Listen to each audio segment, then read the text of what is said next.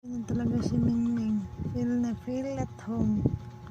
Actually, yung pusa ay taga-kapitbahay lang to. Marinig to ng landlady dito sa tinitirhan namin.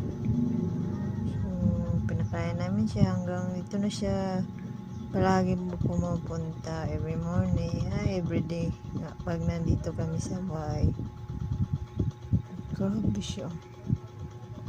Feel at home talaga. Parang pagod din ba? Kakahabol ng daga.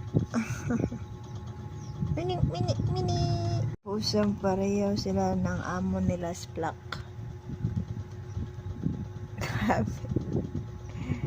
Parehong Splak. Pagod sa kakahabol ng daga. Ito pagod sa katrabaho.